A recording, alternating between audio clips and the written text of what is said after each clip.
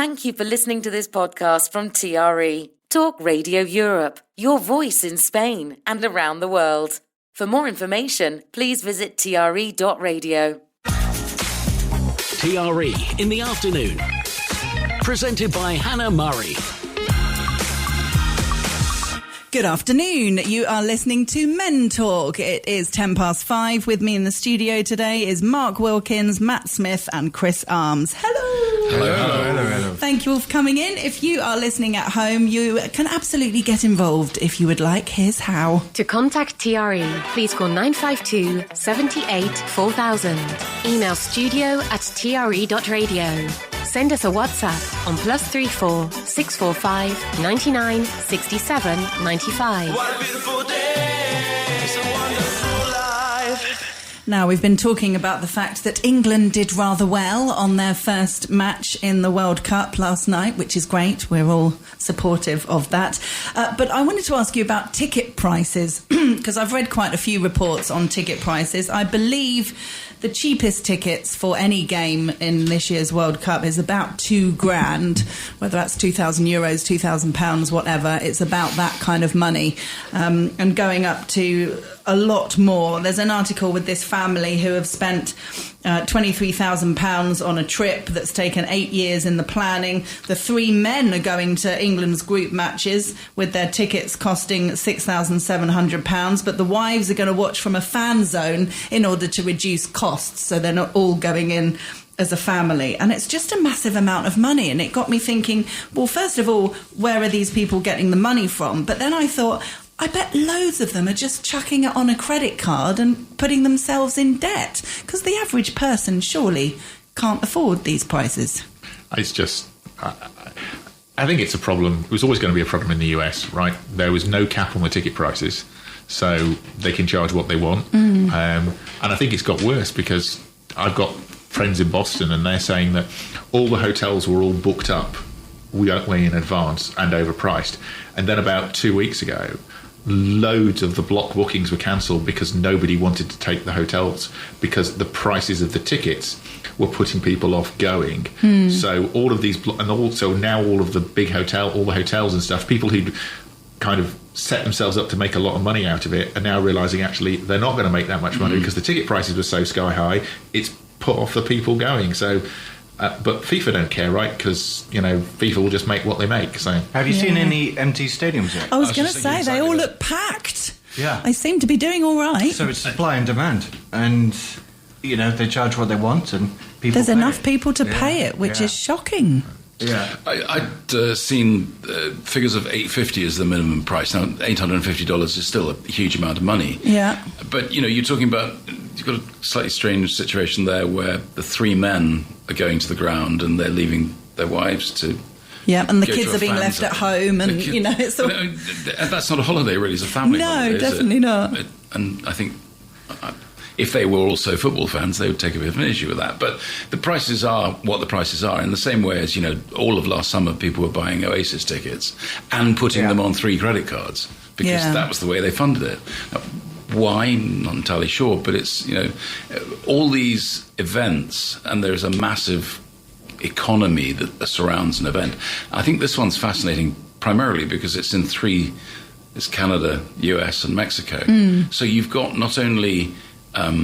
a focus and an event ongoing, but a huge geographical area. So it makes you wonder why they've had to be so greedy with the pricing. It makes you wonder what the profit margin they're making compared to Qatar in the last World Cup. I can't help but think it's TV revenue is the only thing that's really that's true. because they've got new stadiums. That America doesn't really understand soccer. They're really trying to grow some reputation there. Obviously, David Beckham's done some amazing things with his Walk of Fame star, but the football in Miami is a big deal now, and the MLS is going to grow into something. Leo Messi's last World Cup, Cristiano Ronaldo's last World Cup. So there's a pull there. Harry Kane's last World Cup. What? Did I say that? But I mean, I wonder how much is Blackberry as well, yeah. how much is too much. I mean, we were just talking off air about concert tickets and how the price of concert tickets have gone up, and I suppose people will pay what they think it's worth. I mean, I was talking with my dad about it last night, and we were saying, how good can a football match be? You know, even as football fans, if, you know, the likelihood of your team beating the other team 10-0 and it being the most amazing thing you've ever experienced in your life is highly unlikely.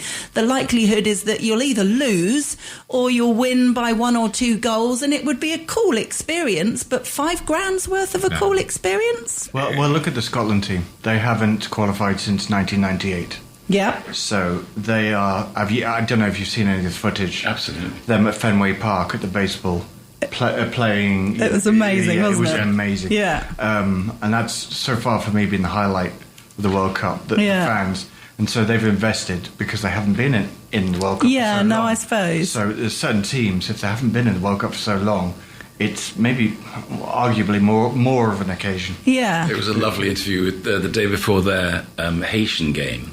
There was an interview in Edinburgh High Street with this guy who sells kilts, and he was saying, "Oh, it's been fantastic business. We've done incredibly well." Everybody, they wear a kilt now with the Celtar top, and it's boom, that's great. And let's hope it all works out, and the bars and all the rest of it do very well out of it. But I think I'm not quite sure what number of people are actually making the trip.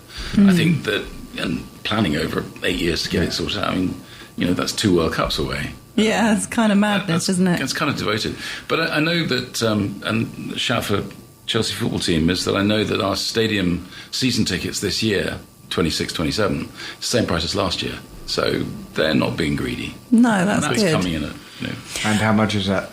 I think it's about 600 quid. Yeah, that's not a bad deal. Actually. No. It's 40 odd games. When you compare it to the price of one game for the World Cup, that's not bad at all. Exactly. But the fact that, is saying that the stadiums all seem to be pretty full for all of the matches, if they'd hardly sold any tickets, then people and events around the world would have to really start seriously thinking about ticket prices.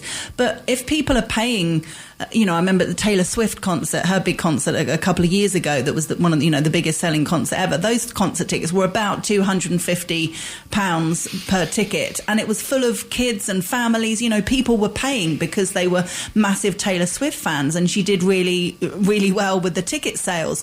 So I think the only way prices will come down is if people aren't buying tickets and people go, we made a real mistake there, we're going to need to put the prices down. But if people are paying, they're going to go up and up. But already the number of concerts this year that have been cancelled because of lack of ticket sales, I'm not necessarily saying here, but certainly in the UK and the US, there's a whole sort of sub-market of tickets and discounted tickets so that they can get bums on seats, or they'll cancel.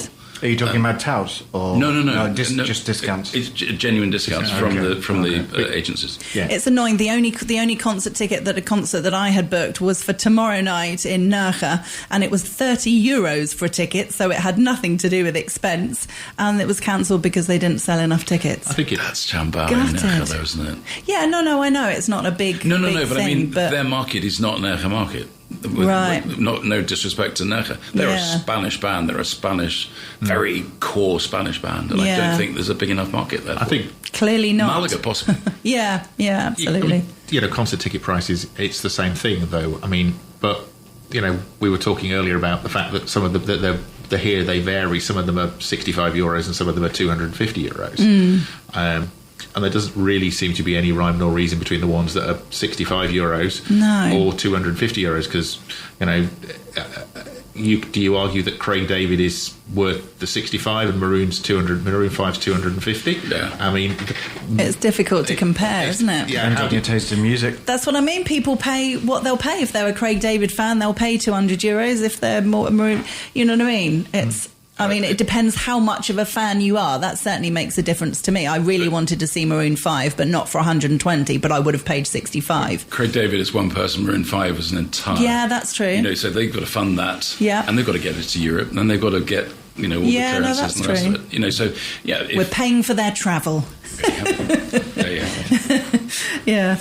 There's been quite a few articles about flags and the national flag, St George's Cross in England, and whether or not you're allowed to fly the flag during the World Cup. And the clickbait where you see these headlines and then you click on the article and it's not as whatever as it sounds. I saw various clickbait headlines that were saying you get a fine if you fly the England flag during the World Cup, and I was like, what? That's madness. And I clicked on the article and it's not entirely true. It depends on the size of the flag. You can't cover your whole house in multiple flags, so there's various rules that you need to abide by, which in a way makes slightly more sense, but in another way I just find it all really sad. Other countries in the world are flying their flags proudly, not just during the World Cup, but just general. I mean, America obviously does it all the time, but I've got a friend from Denmark and she said the Danes are really proud of their country and their flag, and she said it's really normal for them to have the Danish flag in a pole in their garden like they do in America and things like that, which I hadn't realised, but it's become extremely controversial in England. Yeah. This really annoys me. Because obviously, as you've just mentioned, in America, they fly flags outside their houses. I've been to Sweden, they do the same. Okay. What is the problem? Especially during a global event. Yeah, I just don't understand it. I think the problem, unfortunately, is that the Cross of St George has been hijacked by a particular extreme of politics. Yeah. Who actually seem to have forgotten that, first of all, the dragon wasn't killed in Basingstoke. Oh, and he was an illegal immigrant from Turkey. So I think the people... Proud Englishman. I think the people hijacking it have need to know their history a bit more. But frankly, most of them wouldn't know their history for reasons that would get you taken off air, so I won't mention that. Fair enough, I hear you. But you get my point. That, it's been hijacked and it's picked up a reputation. And then you get things like, I think was it Oxfordshire County Council, who I think were the one who were saying that, you've got to apply for permission and you get banned. So it's driven... it's picked up that connotation, and you've got to lose that connotation, and there are Spanish flags everywhere here, and there are Andalusia flags here everywhere, right? Yeah. So and EU. Yeah, and EU, yeah. But it's disappointing that because of that, unfortunately, it's acquired a kind of a political nature. Yeah. And therefore, that's why because it's less controversial to not have it, because it doesn't stoke the political connotations, unfortunately. That's exactly what it is. And it's a shame, isn't it? There are certain people that if they saw an England flag outside someone's house, they'd, instead of thinking, oh, they're a proud England fan, they might think, oh, maybe they're racist, maybe they're this. Yeah, that's legislation for the bottom, isn't it? Because, at the end of the day, if you're proud enough to want to put the England flag in your front garden, do it. And just go ahead and do it. Do it here, do it wherever you want to do it. But the reality is that we shouldn't be necessarily seeking to ensure that the person with the fragile view towards the England flag shouldn't be the person protected. That doesn't, in my book, doesn't make sense. But you've got to ask, I mean, if it's just during a global sporting event rather than all the time, surely it's showing support for your home team at that sport. It kind of doesn't matter. It can be both. Yeah. People don't kind of see the difference. Really, that's the point. People won't know, as you say. If people are going to judge you, they're not going to know whether you've got it there. If they're driving past the house, they're not going to know whether you've just put it up there for the World Cup or if you're Tommy Robinson. Exactly. Yeah. Exactly. We better take a break. Hannah Murray on TRE in the afternoon. Good afternoon. It is 5:25. You're listening to Men Talk. With me in the studio today is Mark Wilkins, Matt Smith and Chris Arms. Hi, Hello. We have had some big news this week in terms of the social media ban for kids under the age of 16 in the UK. It's been talked about and debated for a while. It's now actually been approved, following on from Australia and Greece, who have done it previously. And I wanted to know your thoughts, whether you think it's a good thing, how easy you think it'll be to take place, how you think kids will handle it, how you think parents will handle it. I guess we've got to start off from a point of view of what are we trying to achieve, because if we're trying to limit the access of kids to material that otherwise we wouldn't want them to see, that's fantastic, obviously. Yeah. But you know, the genie's out of the bottle as far as social media is concerned, is that you can't take back what people have been enjoying for now 25 years. And the difficulty is the parents being allowed to access the material and the kids being denied it. Now, technologically, Chris can talk to you endlessly about how you use technology to provide a solution following the ambition of the government to limit the access of kids to unsavoury material. But I'm not sure it seems to be a little bit too little too late. Yeah. I've got 3 kids, 9, 13 and 17. And the 13-year-old and his friends, I am sceptical because they'll find a way around it. Yeah. They'll find a way around it. And they'll one child will find a way around it and they'll just tell all his mates, yeah. Tell all his mates, yeah. So it'll be interesting to see how it pans out if it comes to Spain. Fake ID is a thing with a lot of the youngsters in Spain, in the UK. I'm not sure I did, actually. Honestly, I don't think I'm be quite happy to share. But I don't think I was a bit of a goody-goody. Probably less so now, but when I was a kid, I was a bit like, I don't want to get into trouble. And I think some of my friends did, but I actually didn't, because I was like, what if I was to get caught? I was just so scared. You dobbed them in. No, I never. I would never do that. But no, I was scared of doing it myself. From a technology perspective, as Mark said, right, it's actually a very solvable problem. Okay. But the solution has to come from the TikToks, the Instagrams, the Facebooks of this world. And them saying they can't solve it is, frankly, rubbish. Yeah. You mentioned Face ID. Face ID. So you can actually do age estimation. Yeah. There are plenty of... So, take online gambling, right? Online gambling has an amazingly strict set of regulations about age, and one of the things they have to do is things like a live selfie of a person, and then they cross-check real IDs, and you can tell whether IDs are fake. It's actually the technology all exists to tell all of this. But in a regulated industry, you have to do it, because if you don't, you get fined and you go to jail. Right. But Facebook isn't regulated, Instagram isn't regulated, and it's purely commercial. It's purely, we can make money out of this, and therefore why will we regulate? And that means, unfortunately, that the onus then falls on the state to actually take the responsibility. Yeah. When actually, if the companies doing it actually looked at it and went, as I say, if they were running an online gambling business and behaved like they did, they'd all be in jail. So that's the difference. Is there's just no desire to do it because it's a purely commercial enterprise.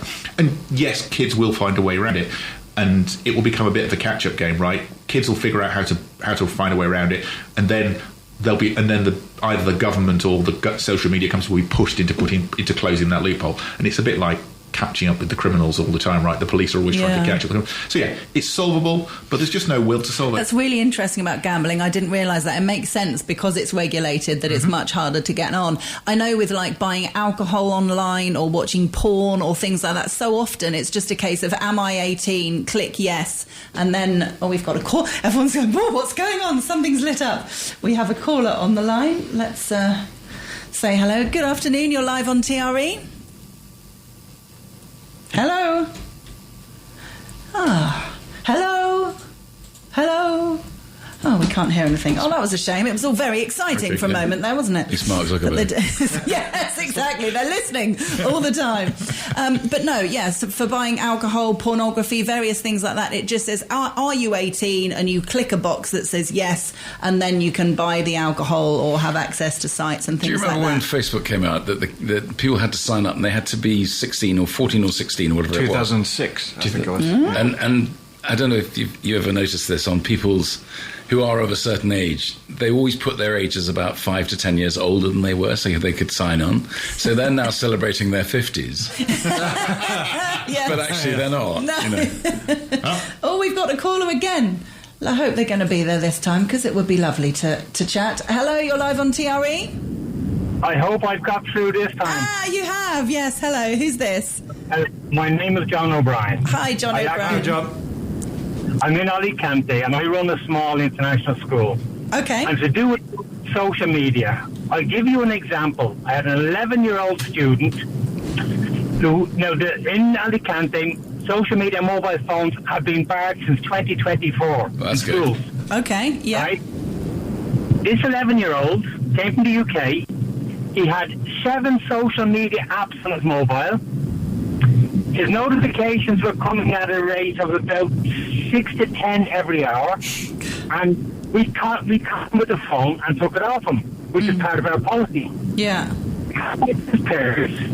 His mobile never stopped. 2 o'clock in the morning, 3 o'clock in the morning, 4 in the morning, 11 years of age. Yeah. It's shocking, isn't it? He's obviously very well connected. Yeah. You're disappearing a bit, John. Thanks so much for your call. That's really interesting. Unlike you, John. It's the sound issues. No, it's ridiculous. Yeah, isn't it? That's obviously extreme.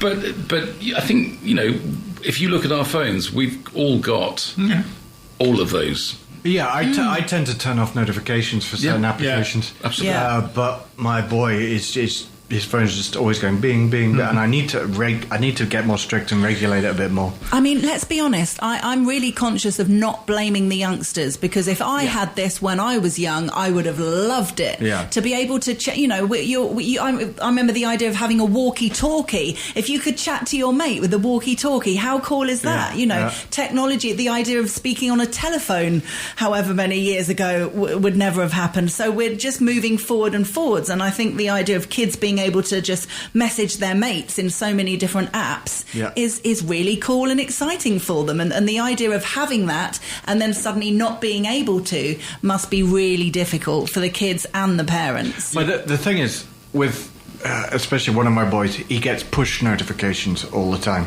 Right. So his phone is always going, oh, you need to read this, you need to read this, you need to read this, and it'll vibrate. Yeah. You know what I mean? And so... you know what I mean by push notification. Yeah. So he just needs to disable it. But it's frankly too much. Interestingly, obviously parental controls on TVs are quite a thing. Yeah. Do you activate them? He's on his phone. He doesn't watch telly. Yeah. We're all old enough to remember before SMS on phones, right? And then the first messaging service was text messaging. So actually, I don't actually have a problem with the concept of kids text messaging each other. Maybe that's what they should do. I mean, we had this debate when our kids were growing up about what age do they get a mobile phone, and then what age did they get Facebook. And I think our daughter got it, and actually our daughter got a mobile phone when she was younger than our son, when at the same time, just because of how she had to go to school. Right. But that was the only reason. So, but I think the parents actually have to take some responsibility in this as well, and say, I agree it's with just you. not reasonable. I think what is fascinating with my next generation, they're between 25 and 31, and they don't really have any real connections with social media. They find it's interesting. That generation is a bit like it's past them now. They've had it. Yeah. It's too intrusive. It's too look at me, look at me, look at me. And they've got themselves to a situation where they don't need to celebrate what they do through the approbation of other people. Yeah. They don't need that. But no, I've got nephews and nieces who are kind of sort of on that for sort of 15 to 20, and they're just the opposite. Is that right? They're big on social media, and my kids are 29 and 33, right? So similar generation to yours, and it's like, okay, been there, done that, got bored with that, moved on to something else. Yeah. I think it depends on the personality of the person who's always and their posting. social group. Yeah. Some people post all the time. Some people don't at all. So. And why they're doing it, because for a lot of people, either it's a business or they want it to be a business. Yeah. The idea of having an online presence can be important for people depending on their job, depending on how they want to or are making money. If you're working in any kind of, normal job where you don't need to be online and all your mates are kind of in the same situation, I totally get why people be like, oh, I'm done with social media. I don't need it in my life. We're just just happy doing our work, having fun, without needing to document everything. And that's a great place to be. But a lot of people aren't in that place, depending on, as I say, job and... And you look at Instagram, for example, celebrities have other people posting for them. So they'll post something and then suddenly they'll have 100,000 likes, you know, and they're probably not even involved. Very manicured photos, etc. And they have an actual staff that maintain their social media profile. Yeah.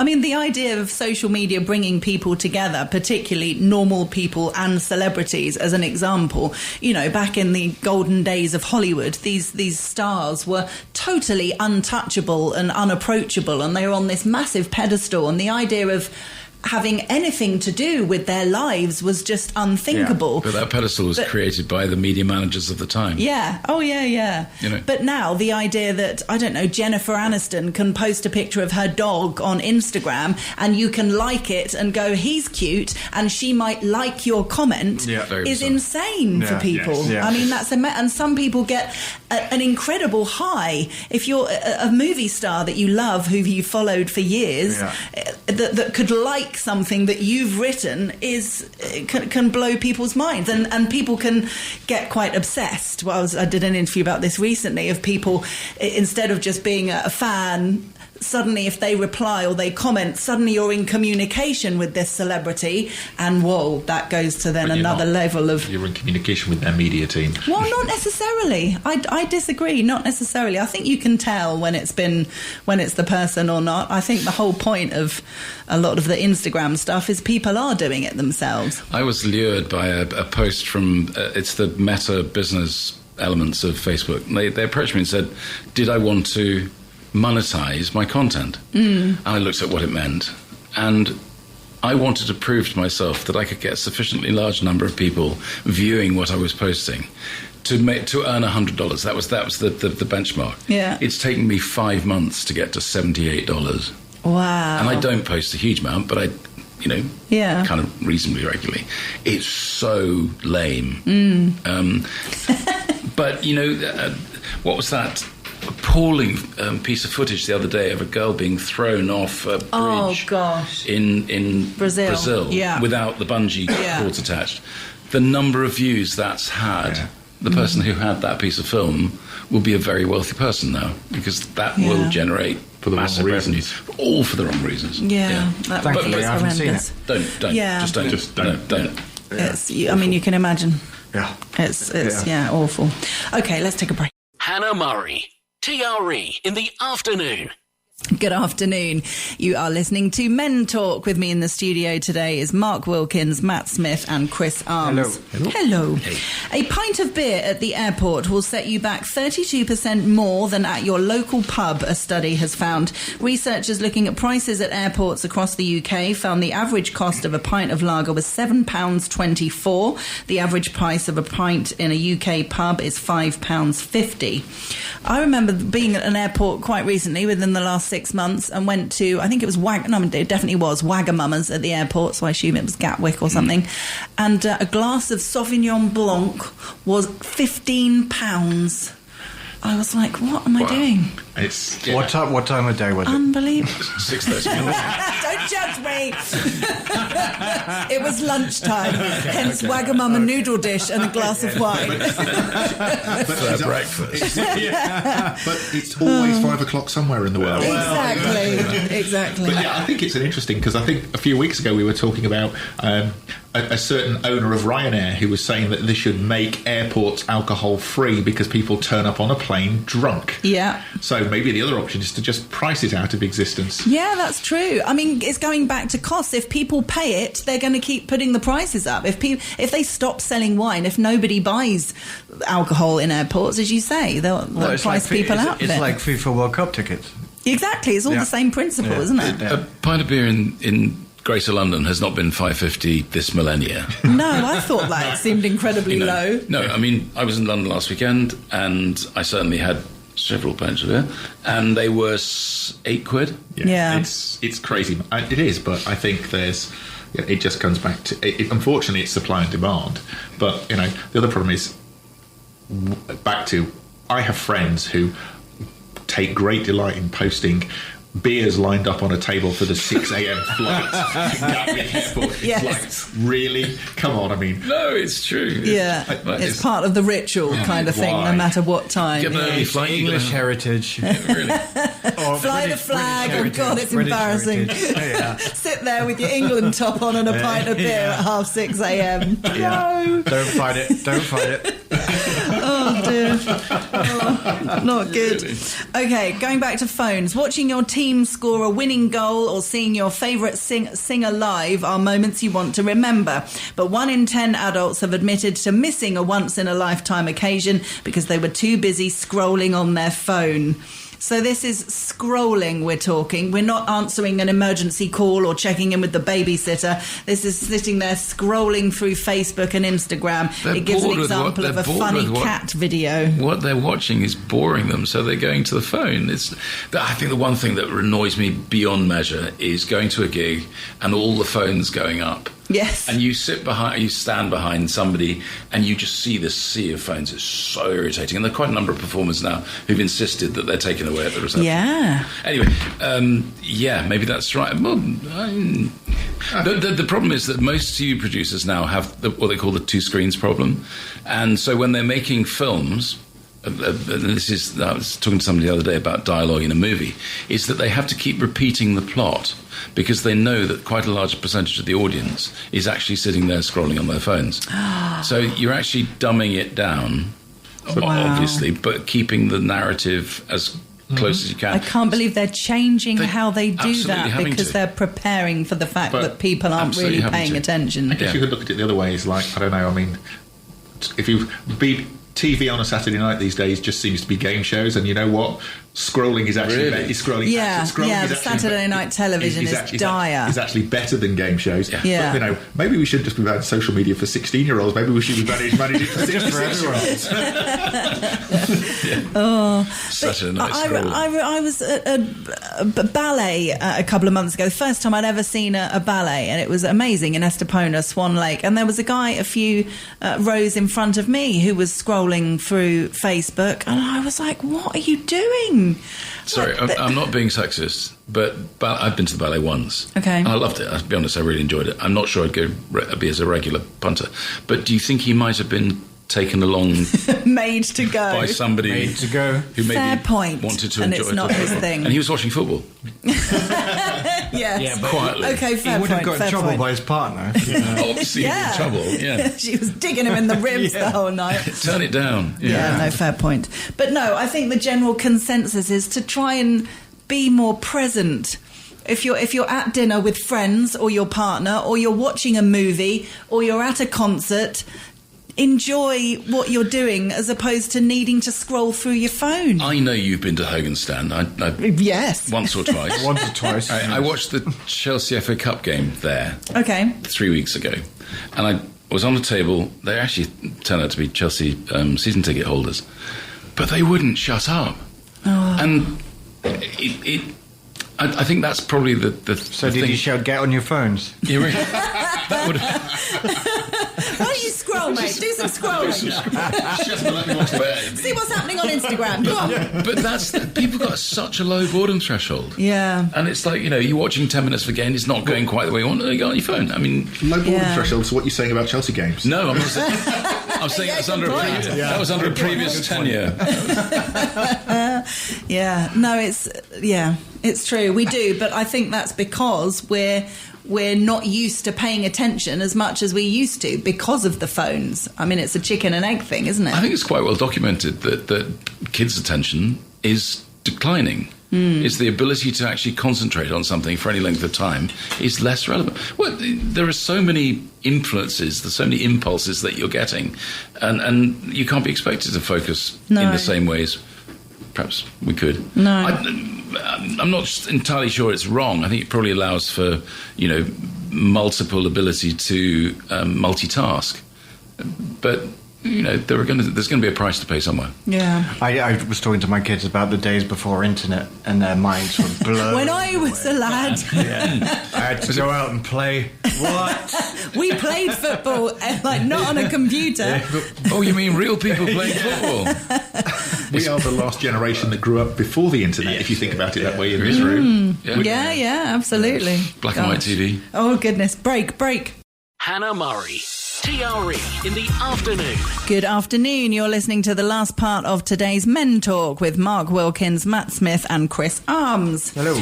There's a couple of articles here talking about siblings. Most siblings argue over who had it hardest growing up. Now, scientists can finally put the debate to bed as research confirms parents really are more lenient with later born children. Apparently, younger siblings do have it easier. Yeah, I think I would concur with that opinion. Yeah? I mean, I'm the oldest of four, and the youngest happens to be the only girl in the family, so definitely. And it's kind of obvious, and, you know, it's obvious not just to me and my brothers, but it's obvious to people outside of the four who is kind of the, you know, I wouldn't say favourite child. Yeah. That would be my mother would take issue with that statement. My mother would take issue with that statement. Yeah, but she had it easier. Yeah, she definitely did. Fair enough. And as the only girl, there could be an argument to say that that's perfectly justified. Yeah. Okay, moving on. Yeah, sorry, Matt. My kids are always convinced that I favour one over the others, and I always tell them I dislike them all equally. So I've said that before. They run up with that.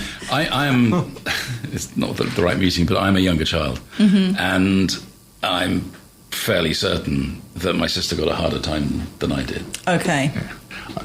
Yeah, I think it goes back to a conversation we were having earlier about phones, right, and social media access, and the fact that our youngest got a phone at an earlier age than our son did.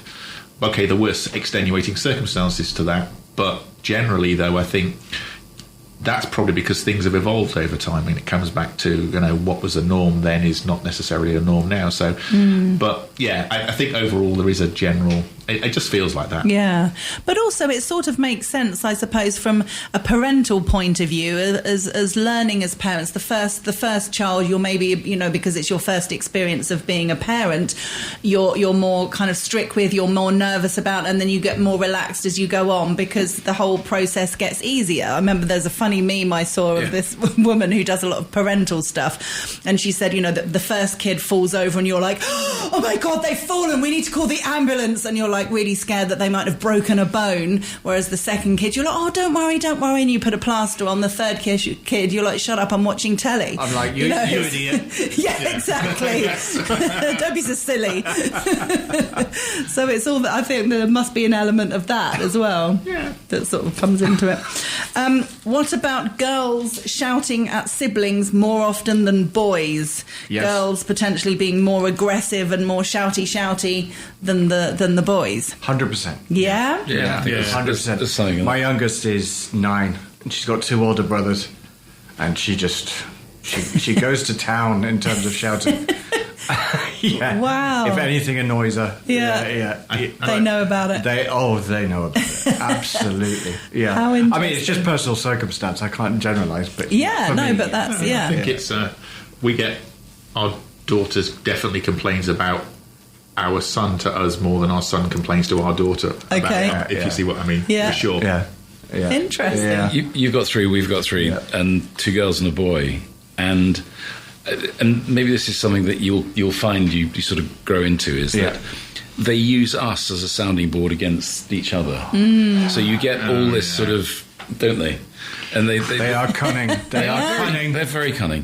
Yeah. And it's, So they try and get you on side. yeah. And then, you know, one of them is particularly good at doing things early in the morning, so she'll call up and you'll get some sort of story about what's been happening, and she'll get your support. And then during the course of the day, you get one of the other ones coming forward. Have you heard from? And it's like, Oh no! we know exactly what's but going on. I mean, you have to be really careful, Of course we do. don't you? Because otherwise they'll go, well, Dad said he agreed with me earlier, exactly, and all that kind of stuff. Yeah. So you've got to be Donald Trump in Iran. We are. It's like UN negotiations. It's like, do you know what I mean? Completely. Well And done. it's kind of, there's a moment where you think, why are they calling me and getting me involved in this? Yeah. And then you realise halfway Yeah. through the conversation that you've got a blind sinker. Yeah. You've got me around my little finger. It's a really lovely relationship. We're all really close. Until his kids hear the show. And then he's in real trouble. He's going to come on the phone later. You should have said, well, in my friend's experience, if you lead with that, then you're generally all right. Talking of friends, there's an article said, which is really silly, and I'm not expecting you to debate minute by minute, but apparently 84 minutes is the perfect time for a catch-up with an old friend. I just thought it was an interesting discussion to talk about the idea of catching up with old friends and how often, if at all, you do that. You know, whether it's through social media, thinking, gosh, I remember going to school or going to college or whatever, this guy, we got on really well. I wonder what he's doing now. Whether you'd ever reach out to someone like that from your past, or whether that's happened to you. Yeah, I've definitely had those circumstances. I also, about 3 or 4 years ago, I went to a 40th anniversary of the date we all left school. It's Oh, brilliant. Sixth form. And a whole bunch of old men in this room that I just didn't recognise. And there were a couple of mates who I see reasonably regularly anyway.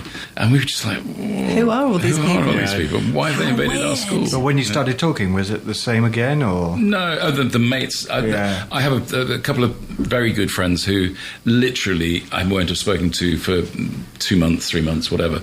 And then we'll meet and we'll just talk for hours. Yeah, and it's nice. really lovely. And you'll go away for another 3 months and you won't see them, you won't necessarily hear from them. Yeah. But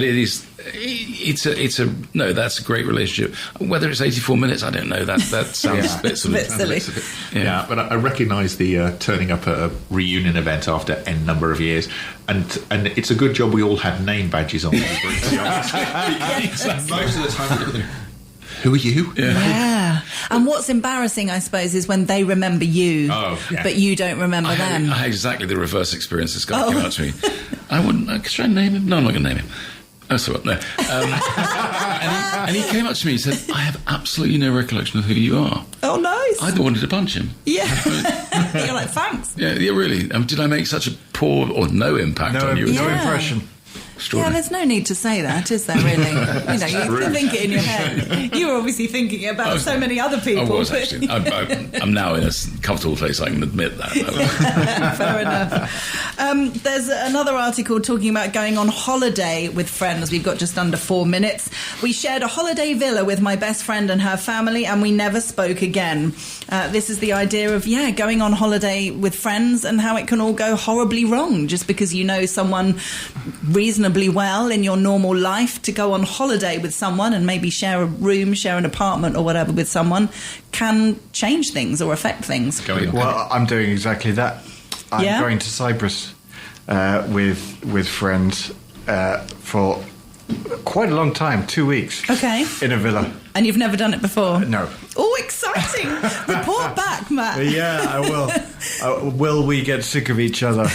That's the question. Yeah. But that's just picking up on what you say. Oh, nice. But you're obviously close to make the decision to go on the holiday together, No, so I'm sure it'll be fine. Yeah. Family's bad enough. I mean,